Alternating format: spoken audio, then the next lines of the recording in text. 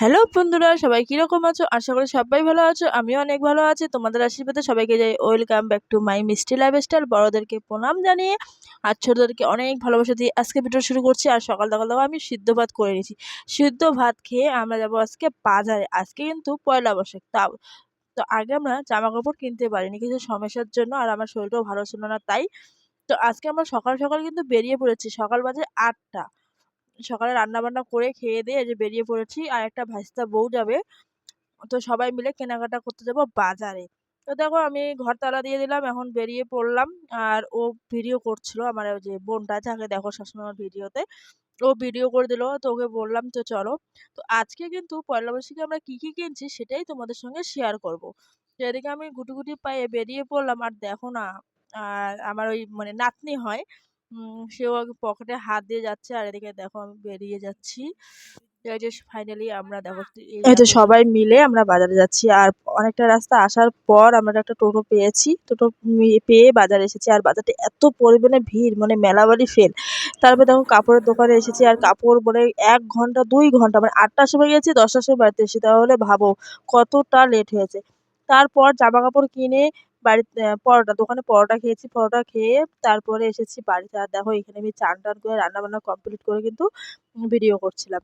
আর এই নাইটিটা আমি কিনেছি। আর এখানে দেখো পাঠার মাংস, মানে মাটন রান্না করেছি, ভাত করেছি। আর দুধকুশি, আমি না এটার নাম বলতে পারি না। যাই হোক, যেটা যদি ভুল হয়ে থাকে অবশ্যই কমেন্টে জানিয়ে দিও, আর একটু ম্যানেজ করে নিও। সেটাকে আমি ভাজা করেছি। আর ভাত তো মেয়ে ওর বড়বার বাড়িতে খেয়েছে, ওর ঠাকুরদার বাড়িতে খেয়েছে, তার জন্য ও খাবে না।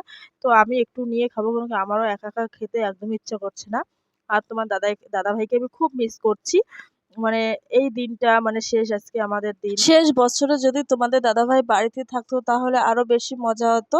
আরো অনেক কিছু রান্না করতাম। তো তার জন্য মনটা ভীষণ খারাপ ছিল। সেজন্য বেশি একটা রান্না করিনি। তো এদিকে দেখো খাওয়া-দাওয়া করার পরে রেস্ট করে এখন বাজে বেলা ৫টা। তো আমি এদিকে দেখো কি করছি, রেডি হয়ে আমি গোলাপ ফুলের যে গাছটা আছে সেখান থেকে আমি মানে উপরের যে আগালগুলো হয়েছে সেটা আমি কি ছিঁড়ে দিচ্ছি। তাহলে সেটা আর বড় হবে না। ছোটর মধ্যে ফুলগুলো ধরবে, দেখতে খুব সুন্দর লাগবে তাই। তোমার দাদাভাই বলেছে যে এরকম করবে ভালো লাগবে। তারপর ওটা ছিঁড়ে আমি একটু বেরিয়ে যাবো হলো ঘুরতে। কেন কি আজকে তো পয়লা বৈশাখ, তোমরা তো জানোই সবাই। তো ওর জন্য আমি বেরিয়ে পড়েছি। আর মেয়ে আজকে রাত্রে কি গান বলেছে সেটাই শেয়ার করব।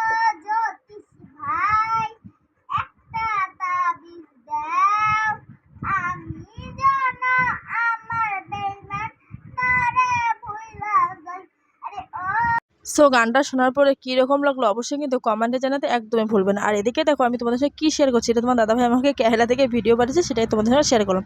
তাই তোমাদের সঙ্গে ছোট্ট করে একটা শেয়ার করে দিলাম। আর এদিকে দেখো আমি বিকালে ভিডিও করছিলাম। তো চলো বন্ধুরা, আজকের ভিডিওটা আমি এখানেই শেষ করে দিচ্ছি। ভিডিওটা কিরকম লেগেছে অবশ্যই কিন্তু কমেন্টে জানাতে একদমই ভুলবে না। আর মেয়ের জামাগুলো দেখায় না, সেটা আমি নেক্সট ভিডিওতে দেখাচ্ছি, কারণ আমি ভুলে গিয়েছি ভিডিও করতে। তো